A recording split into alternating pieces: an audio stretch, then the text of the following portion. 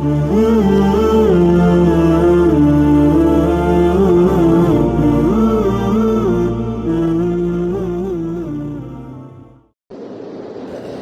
محترم اور معزز مسلمان بھائیوں، اللہ جل جلالہ نے قرآن کریم میں سورہ مومنون کے آغاز میں اور پھر سورہ معارج جو 29ویں پارے میں ہے، اس سورہ معارج میں کامیابی پانے والے انسانوں کی نشاندہی فرماتے ہوئے ان کی خوبیاں بتائیں۔ سورہ مومنون میں ارشاد فرمایا گیا کہ اہل ایمان کامیاب ہو گئے، وہ اہل ایمان جن میں یہ اور یہ خوبیاں پائی جاتی ہیں۔ اور سورہ معارج میں اللہ جل جلالہ فرماتے ہیں کہ انسان کی زندگی میں عدم توازن ہوتا ہے، انسان کی زندگی، انسان کی سیرت، انسان کا کردار جذبات سے مغلوب ہو جاتا ہے، بھلائی پہنچے تو خوب خوشی میں مست ہو جاتا ہے، اور ہماری طرف سے کوئی آزمائش آ جائے تو وہ مایوسی کی طرف چلا جاتا ہے۔ لیکن وہ شخص جس کا کردار ان کوتاہیوں سے پاک ہے، جس کی شخصیت میں ایک توازن ہے، ٹھہراؤ ہے، خوبصورت شخصیت کا مالک ہے، اس میں یہ خوبیاں پائی جاتی ہیں۔ سورہ معارج میں ان خوبیوں کے ذکر کے لیے یہ انداز اختیار کیا گیا ہے، اور سورہ مومنون میں فرمایا گیا کہ کامیاب ہو گئے وہ مومنین، وہ اہل ایمان جن میں یہ خوبیاں پائی جاتی ہیں۔ انہی دو جگہوں میں اللہ جل جلالہ نے نماز کے حوالے سے، نماز کے متعلق 3 خوبیاں ہمیں سمجھائی اور بتائی۔ ان دونوں جگہوں میں جو خوبیاں بتائی گئی ہیں ان کا آغاز بھی نماز سے ہوتا ہے اور اختتام بھی نماز پر ہوتا ہے۔ سورہ مومنون میں بھی جہاں خوبیاں گنوائی گئیں تو پہلے نماز سے ابتدا کی گئی کہ یہ اہل ایمان وہ ہوتے ہیں جن کی نماز کی کیفیت یہ ہوتی ہے، اور جب سلسلہ گفتگو وہاں ختم ہوا، جہاں آخری خوبی ہے وہاں یہ بتایا گیا کہ ان کی نماز ایسی ہوتی ہے۔ سورہ معارج میں بھی ابتدا کی گئی کہ یہ پاکیزہ شخصیت، پاکیزہ کردار، ٹھہراؤ والی شخصیت کے لوگ وہ ہیں جن کی نمازیں ایسی ہوتی ہیں، اور وہاں بھی آخر میں فرمایا کہ ان کی نمازوں میں یہ خوبی بھی ہوتی ہے۔ ان دونوں جگہوں میں نماز کی 3 خوبیاں بتائی گئی ہیں۔ 3 نماز کا بار بار ہمیں حکم دیا گیا ہے نا قرآن کریم میں، نماز پڑھو، نماز قائم کرو، نماز بے حیائی، بری باتوں سے روکتی ہے، نماز مومن کی معراج ہے۔ یہ کوئی ہلکا اور کمزور سا جملہ ہے؟ نماز مومن کی معراج ہے۔ معراج میں نبی کریم صلی اللہ علیہ وسلم کی پروردگار سے باقاعدہ ملاقات ہے، تو نماز مومن کے لیے ایک معراج کی کیفیت ہے۔ انسان نماز کو پڑھے تو گویا وہ پروردگار سے ملاقات کر رہا ہے، بات چیت کر رہا ہے، مناجات کر رہا ہے۔ یہ کیفیت مجھے کیوں حاصل نہیں ہوتی؟ نبی کریم صلی اللہ علیہ وسلم نے فرمایا کہ میری تو آنکھوں کی ٹھنڈک نماز ہے۔ جب انسان بہت زیادہ سکون میں ہو، آسائش میں ہو، اس موقع پر یہ محاورہ کہا جاتا ہے کہ مجھے تو آنکھوں کی ٹھنڈک مل گئی۔ آپ صلی اللہ علیہ وسلم فرما رہے ہیں کہ میری نماز، میری آنکھوں کی ٹھنڈک تو نماز میں ہے۔ میں اپنی کیفیت کا جائزہ لوں، مجھے نماز میں مزہ کیوں نہیں آتا، میرا نماز میں دل کیوں نہیں لگتا ہے، میری نماز مجھے بے حیائی باتوں سے کیوں نہیں روک رہی ہے؟ میری نماز مجھے حرام چیزوں کی طرف ہاتھ بڑھانے سے، قدم بڑھانے سے، آنکھیں اٹھانے سے، کان لگانے سے، زبان چلانے سے کیوں نہیں روک رہی ہے؟ پروردگار نے تو نماز کے بارے میں بتا دیا، اور پروردگار سچوں کے سچے ہیں۔ نماز پڑھو گے بے حیائی سے بچو گے، نماز پڑھو گے، نماز بری باتوں سے تمہیں بچائے گی۔ نبی کریم صلی اللہ علیہ وسلم نے فرما دیا نماز تو سکون کا سب سے بڑی دوائی ہے، پھر مجھے اینٹی ڈپریسنٹ کی ضرورت کیوں ہے؟ مجھے کیوں سکون لینے کے لیے یہاں وہاں دیکھنا پڑتا ہے، جب پروردگار کے حبیب فرما رہے ہیں کہ نماز میں سکون ہے۔ آپ صلی اللہ علیہ وسلم کی عادت مبارکہ کے بارے میں فرمایا کہ جب بھی کوئی معاملہ پیش آتا فوراً نماز کی طرف متوجہ ہو جاتے۔ تو کچھ تو بات ہے نماز میں، کوئی تو چیز ہے نماز میں۔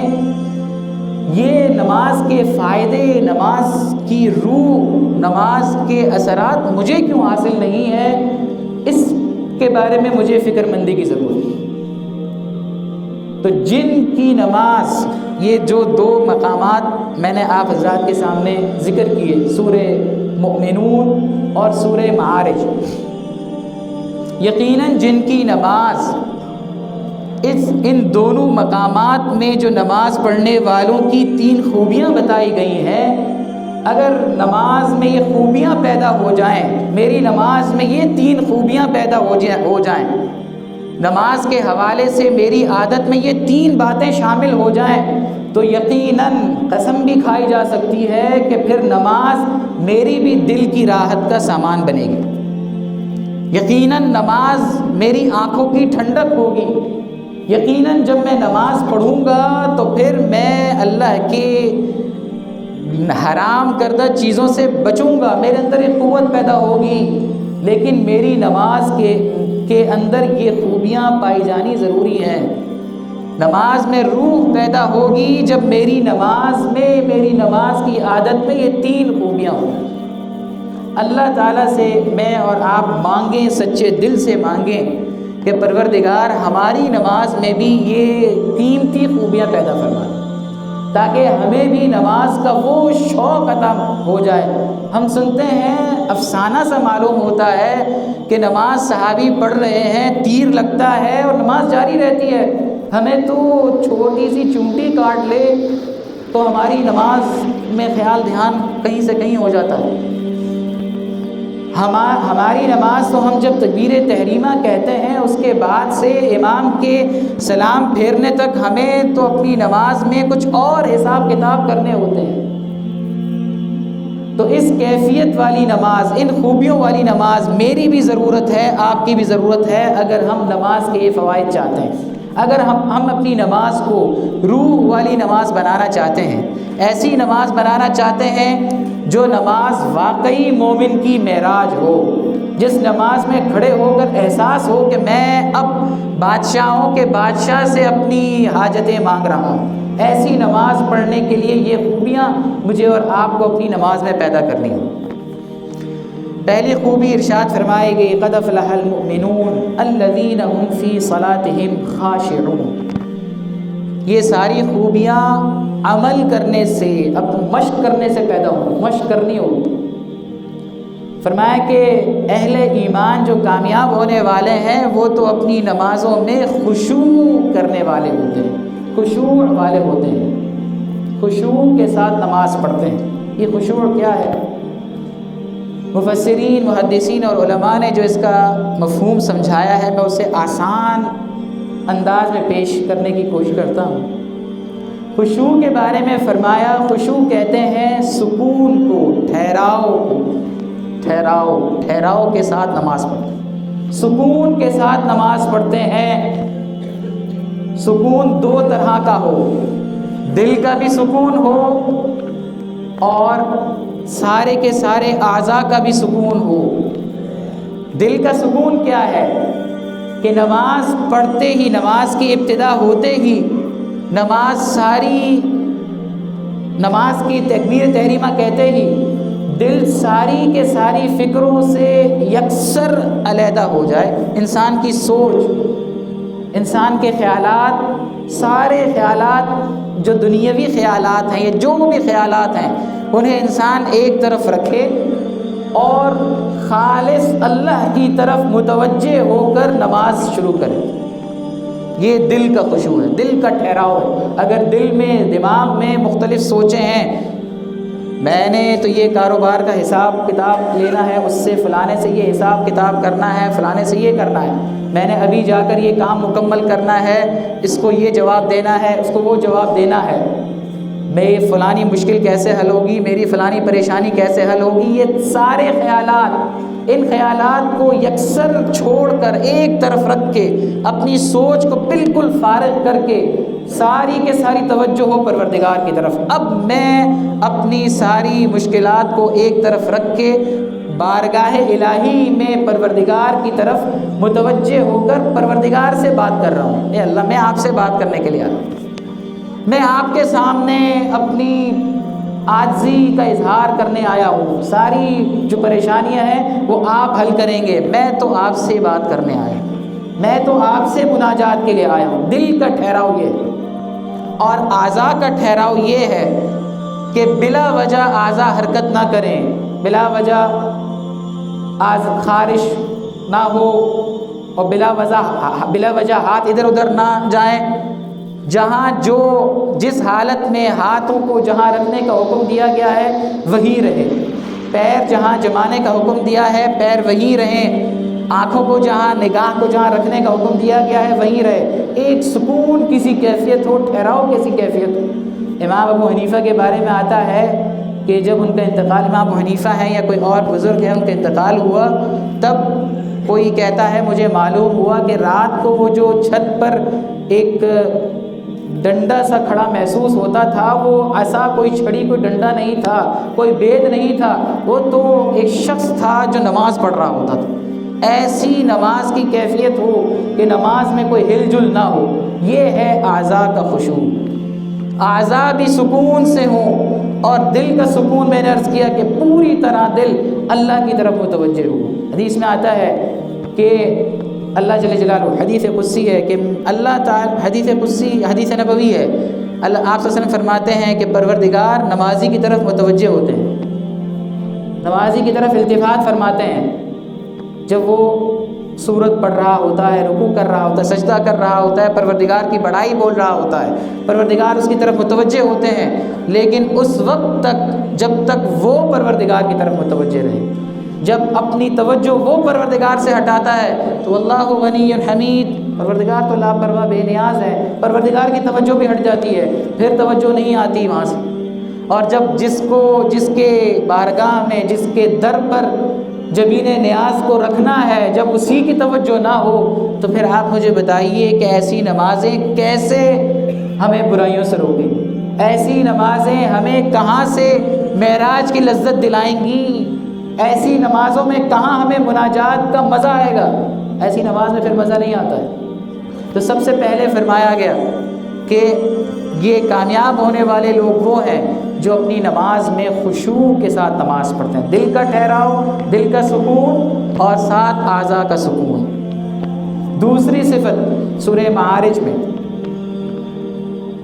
فرمایا کہ الذین هم علی صلاتہم دائمون، الذین هم علی صلاتہم دائمون، یہ وہ لوگ ہیں الا المصلی، یعنی جن کی کردار میں، جن کی شخصیت میں جذبات سے مغلوب ہونا نہیں ہوتا، ان کی شخصیت میں ٹھہراؤ ہوتا ہے، وہ نمازی ہوتے ہیں۔ الا المصلین، جو نمازی ہوتے ہیں ان کی شخصیت میں ٹھہراؤ ہوتا ہے، لیکن وہ نماز پڑھتے کیسے ہیں؟ الذین هم علی صلاتہم دائمون، ہمیشہ نماز پڑھتے ہیں، ہمیشہ۔ نماز ہفتے میں صرف جمعے کے دن فرض نہیں ہے، نماز ہفتے میں صرف جمعے کی نماز فرض نہیں ہے، صرف عیدین کی نماز فرض نہیں ہے، کوئی تو وجہ ہے، کوئی تو بات ہے کہ نماز 5 دفعہ مقرر کی گئی ہے، 5 دفعہ۔ بظاہر محسوس ہوتا ہے کہ انسانی مصروفیات میں سے انسان کو وقت نکالنا ہے، یہ مشکل کام ہے، لیکن کوئی تو وجہ ہے جو متعین کی گئی ہے۔ 5 نمازیں متعین کی گئی ہیں، 5 نمازوں کے اوقات بتائے گئے ہیں۔ حضرت جبریل علیہ السلام آ کر اوقات بتا رہے ہیں، اس نماز کی ابتدا اس وقت سے ہے، انتہا اس وقت ہوگی۔ اللہ تعالیٰ نماز کا تحفہ دے رہے ہیں تو معراج کے موقع پر دے رہے ہیں، کوئی تو وجہ ہے، کوئی تو بات ہے۔ اگر نماز پر دوام نہیں ہے تو نماز کے وہ فائدے مجھے اور آپ کو حاصل نہیں ہوں گے جو فائدے بتائے گئے ہیں۔ نماز میں دوام ضروری ہے، دوام۔ الذین ہم علی صلاتہم دائمون، یہ نمازی جن کی نماز ان کی شخصیت میں ٹھہراؤ پیدا کرتی ہے، خوبصورت کردار بناتی ہے، وقار پیدا کرتی ہے، سنجیدگی پیدا کرتی ہے، یہ وہ نماز ہوتی ہے جو ہمیشہ ہوتی ہے، 5 وقت ہوتی ہے، 5 وقت نماز، 5 وقت ہے۔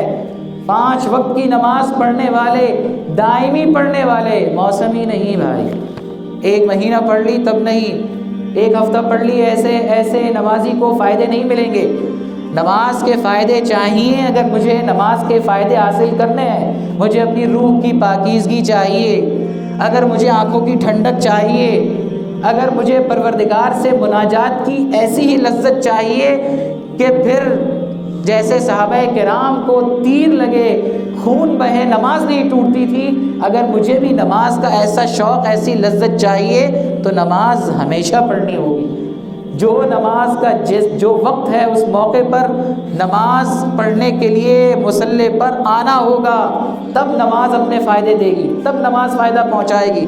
الذین هم علی صلاتہم دائمون، دوسری صفت نمازیوں کی جن کی نماز ان کی زندگیاں بدلتی ہے وہ یہ ہے کہ ان کی نماز میں دوام ہوتا ہے۔ وہ موسمی نمازیں نہیں پڑھتے، وہ ہفتہ واری نمازیں نہیں پڑھتے، وہ رمضان کے رمضان نمازیں نہیں پڑھتے بھائی، وہ زندگی میں جب سے مکلف بنتے ہیں تب سے موت کی ہچکی تک کوئی نماز چھوڑتے نہیں۔ نماز چھوٹ جائے خدا نخواستہ کسی عذر سے چھوٹ جائے، جان بوجھ کر نہیں، کسی عذر سے چھوٹ جائے، قضا کر لی جائے، قضا ہو جائے تب بھی دوام کا مقصد حاصل ہو جائے گا۔ دوام کے ساتھ دائمی نماز پڑھتے ہیں، دائم نماز، دوام کے ساتھ نماز پڑھی جائے، یہ دوسری صفت۔ تیسری صفت جو سورہ مومنون میں بھی ہے اور سورہ معارج میں بھی ہے، اور اسی صفت پر میں نے عرض کیا کہ شروع میں بھی نماز کی ایک صفت بتائی گئی اور آخر میں بھی نماز کی صفت بتائی گئی، اسی صفت کو آخر میں سورہ مومنون میں بھی ذکر کیا گیا، سورہ معارج میں بھی ذکر کیا گیا۔ الذین هم علی صلواتہم یحافظون، اور سورہ معارج میں الذین هم علی صلاتہم یحافظون، یہ وہ لوگ ہیں جو اپنی نمازوں کی حفاظت کرتے ہیں، حفاظت کے ساتھ نمازیں پڑھتے ہیں، حفاظت کے ساتھ حفاظت کرتے رہتے ہیں۔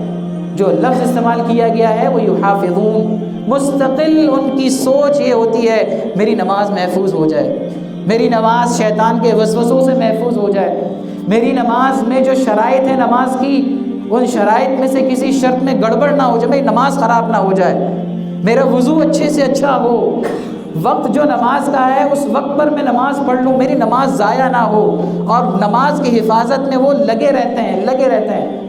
یہ نماز کی حفاظت، اگر نماز کی حفاظت نہ ہو تو ایک بڑا خوبصورت سا ایک مفسر نے بڑا اچھا انداز اختیار کیا ہے کہ بھائی یہ تو جنت کے باغ کا پودا ہے، نماز تو جنت کے باغ کا پودا ہے، اگر اس کی نگہداشت کی جاتی رہی، وقت پر اسے پانی ملتا رہا، وقت پر اسے سینچا جاتا رہا، اس کا خیال کیا جاتا رہا، تب تو وہ پودا بارآور ہوگا، پھل دے گا، ثمر آور ہوگا۔ اگر نماز کا وقت ضائع ہو جاتا ہے جان بوجھ کر، نماز کا وقت ضائع ہو رہا ہے، نماز کی جو شرائط ہیں ان میں کمی کوتاہی ہو رہی ہے، تو یہ نماز کی حفاظت نہ ہوئی، نماز کی حفاظت نہ ہو، نماز کا خیال نہ رکھا جائے، تب بھی نماز حاضری لگ جائے گی، حاضری ہو جائے گی کہ ہاں بھائی نماز پڑھ لی گئی ہے، لیکن نماز کے جو اپنے فائدے ہیں وہ نہیں ملیں گے، نماز کے اپنا جو سکون کا، شوق، دل کے اطمینان کا، دل کی راحت کا جو فائدہ ہے وہ نصیب نہیں ہوگا، جو مناجات کی، اللہ سے بات چیت کی جو لذت ہے وہ ایسی نماز سے حاصل نہیں ہوگی جس نماز کو لاپرواہی سے پڑھ لیا جائے، وقت ہوا جیسے تیسے کپڑے ہوں، جیسا لباس ہو، بس نماز پڑھ کے رکوع سجدہ ٹھیک ہو نہ ہو، بس نماز پڑھ لی جائے، ہاں میں نے نماز پڑھ لی ہے، یہ نماز کی حفاظت نہیں، یہ نماز کا حق پورا نہیں ہو رہا۔ جب نماز کا حق پورا نہیں ہوگا تو نماز کے فائدے بھی مجھے نہیں ملیں۔ نماز کے فائدے مجھے چاہیے، نماز سے سکون کی دولت مجھے چاہیے، تو نماز کو بڑے دھیان سے حفاظت کے ساتھ پڑھنا پڑے گا۔ یہ 3 صفات میری اور آپ کی نماز میں پیدا ہو جائیں، اس کے لیے مشق کرنی ہوگی، خشوع پیدا ہو جائے۔ دوسرے نمبر پر دوام ہو، موسمی نہ ہو، موسمی نماز، وقتی نماز، ہفتہ واری نماز، سالانہ نماز نہ ہو، دوام کے ساتھ نماز پڑھی جائے۔ اور تیسری صفت ہو، حفاظت کے ساتھ نماز پڑھی جائے، اوقات کی حفاظت کے ساتھ، شرائط کی حفاظت کے ساتھ۔ یہ وہ نماز ہوگی جو مجھے اور آپ کو دنیا میں بھی اللہ تعالیٰ کی طرف سے کامیابیوں سے ہمکنار کرے گی، اور یقیناً یہی وہ نماز ہوگی جو نماز ہمیں کل آخرت کے دن بھی، جو احادیث میں نماز کے فوائد میں بتایا گیا کہ نماز کو پابندی سے پڑھنے والا پل صراط سے بجلی کی طرح گزر جائے گا، اور اللہ تعالیٰ نے اس کا جنت میں ٹھکانہ رکھا ہے۔ یہ نماز ہمیں دنیا کے لیے بھی کامیابیوں کی ضامن بنے گی اور آخرت میں بھی ہمیں کامیابی دلوائے گی۔ اللہ تعالیٰ مجھے اور آپ کو کہنے اور سننے سے زیادہ عمل کرنے والا بنا دے۔ وآخر دعوانا الحمدللہ۔